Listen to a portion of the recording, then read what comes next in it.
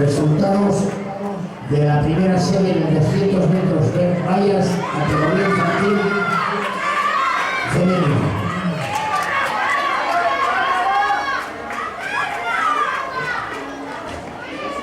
Primera, María Isabel Castro, 35-98. Segunda, Nuria Soya, 36-01. Tercera, Irene Gutiérrez.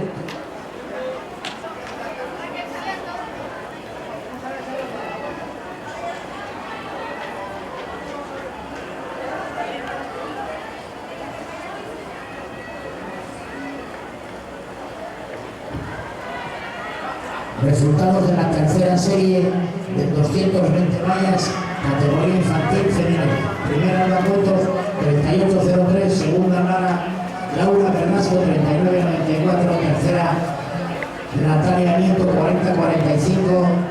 Cuarta, Claudia Menéndez, 41-13. Quinta, Patricia García, 41-46. Sexta, Ainhoa Viva, 42-17. Séptima, Denise Blanco, 42-36. Y octava, Ángela Colosada, 43-43.